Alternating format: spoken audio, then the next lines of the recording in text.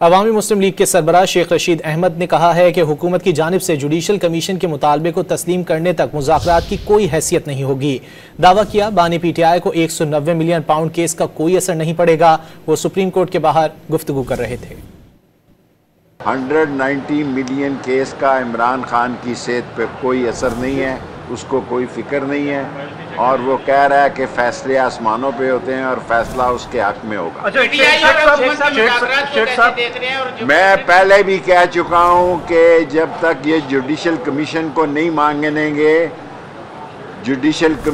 नहीं मांगेंगे ये मुज़ाकरात ठुस हैं, 0/0 हैं। इन मुज़ाकरात की कोई अज़ियत नहीं जब तक कि ये जुडिशल कमीशन को नहीं मानेंगे।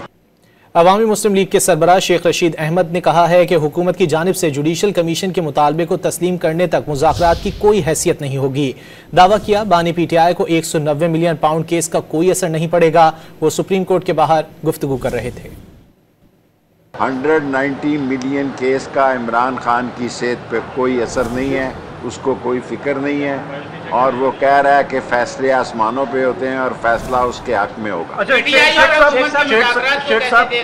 मैं पहले भी कह चुका हूँ कि जब तक ये जुडिशल कमीशन को नहीं मांगेंगे ये मुज़ाकरात ठुस हैं, 0/0 हैं।